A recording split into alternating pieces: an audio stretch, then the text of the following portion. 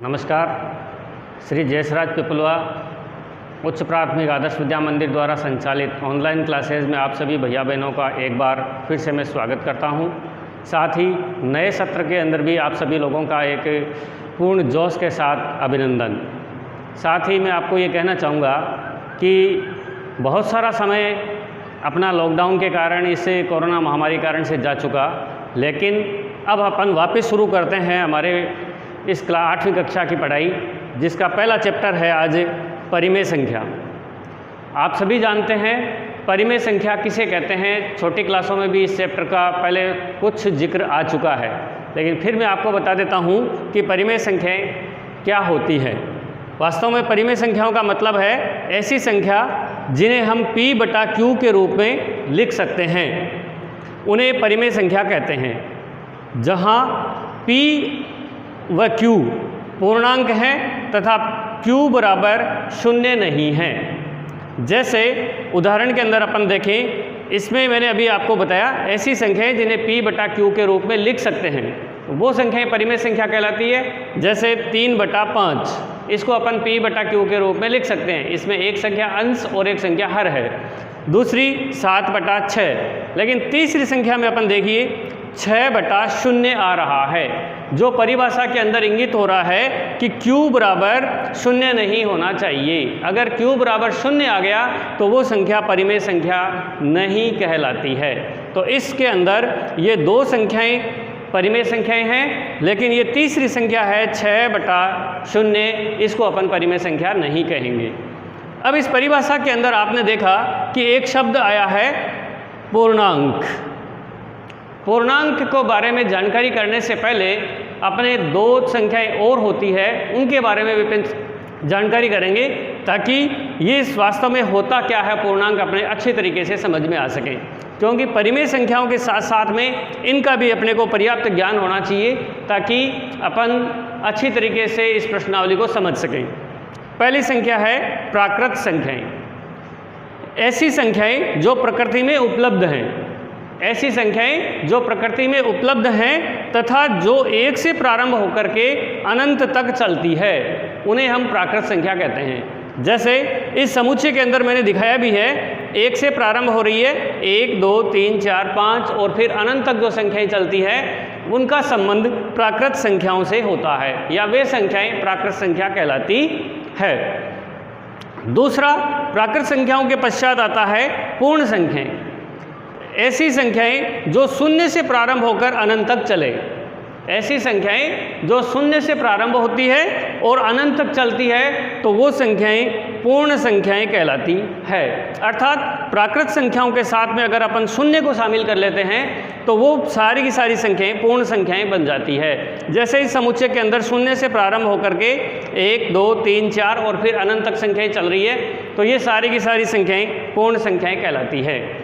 पूर्ण संख्याओं के पश्चात अपन आते हैं पूर्णांक। पूर्णांक क्या चीज़ होती है? पूर्ण संख्याओं के साथ ऋणात्मक चिन्ह वाली गिनती की संख्याएं पूर्णांक कहलाते हैं।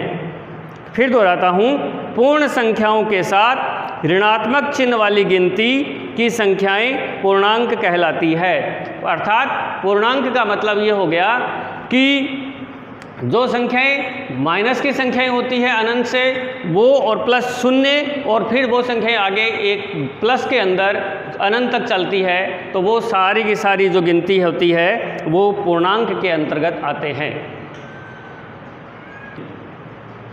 परिमेय संख्या, प्राकृत संख्या, पूर्ण संख्या और पूर्णांक, इन तीनों का अच्छे से ज्ञान प्राप्त करने के पश्चात अब अपन प्रश्नों के अंदर आते हैं इस प्रश्नावली के, जिसमें अपन पहला प्रश्न करेंगे, निम्नलिखित में से प्रत्येक का योज्य प्रतिलोम लिखिए। योज्य प्रतिलोम ये क्या चीज़ होती है? योज्य प्रतिलोम का मतलब होता है किसी भी संख्या का योज्य प्रतिलोम वो संख्या होती है जिसका उसके साथ अगर योग किया जाए तो आंसर 0 आना चाहिए। जैसे 2, इस 2 का योज्य प्रतिलोम इसकी ऋणात्मक संख्या होगी। इस 2 का योज्य प्रतिलोम होगा -2। अब इन दोनों संख्याओं को अगर अपन जोड़ते हैं तो उत्तर आता है 0। लेकिन चूंकि अपन किस संख्या का ज्ञान कर रहे हैं, परिमेय संख्या का, तो परिमेय संख्या के अंतर्गत योज्य प्रतिलोम, परिमेय संख्याओं का योज्य प्रतिलोम कैसे ज्ञात करते हैं, क्योंकि परिमेय संख्याओं का संबंध होता है P बटा Q के रूप में जो संख्या होती है उससे। तो यहाँ पर अपन देख रहे हैं सबसे पहले सवाल के अंदर कि 2/8, ये पहली चीज़ है कि ये परिमेय संख्या है, और इस परिमेय संख्या का योज्य प्रतिलोम निकालेंगे तो अपन इसका सीधा सीधा है कि ये दोनों संख्याएं प्लस की है, तो इसका योज्य प्रतिलोम माइनस की संख्या आ जाएगी, तो माइनस के 2/8 ये इसका योज्य प्रतिलोम हो जाएगा। अर्थात इस संख्या के साथ में केवल माइनस लगाना है तो वो संख्या इसकी योज्य प्रतिलोम बन जाएगी। दूसरा सवाल, दूसरे सवाल में अपन देख रहे हैं माइनस के 5/9, इसका योज्य प्रतिलोम निकालना है। चूंकि ये संख्या अपने आप में माइनस की है तो माइनस से ठीक उल्टा प्लस होता है, तो इसका योज्य प्रतिलोम प्लस की संख्या हो जाएगी 5/9। तीसरी संख्या में अपन देख रहे हैं कि माइनस के 6/-5। अब अपने को पहले ये पता करना है कि ये संख्या वास्तव में माइनस की है प्लस की है। तो अपन दोनों संख्याओं में चूंकि माइनस से माइनस कट हो जाता है तो इस संख्याओं को सरल करने पर आगे इसका सरलतम रूप आता है 6/5। अब अपन ये देख रहे हैं कि ये संख्या प्लस की संख्या है और इसका योज्य प्रतिलोम निकालने के लिए माइनस की संख्या चाहिए, तो इसी सेम संख्या के साथ में माइनस का निशान लगा देंगे तो माइनस के 6/5 इसका योज्य प्रतिलोम बन जाता है। इस तरीके से ये प्रश्न आपकी पुस्तक में दिया हुआ है। पहले प्रश्नावली है परिमेय संख्या, इसका दूसरा प्रश्न है उसको अपनी गणित की कॉपी में अच्छे से करना है। और अब पुस्तक आपको मार्केट से ले आनी चाहिए, क्योंकि विद्यालय से रोज़ आपके पास में प्रश्नावली से संबंधित वीडियो पहुंचेंगे और उन वीडियो का जो होमवर्क है वो आप तभी कर पाएंगे जब आपके पास में पुस्तक होगी और कॉपी होगी।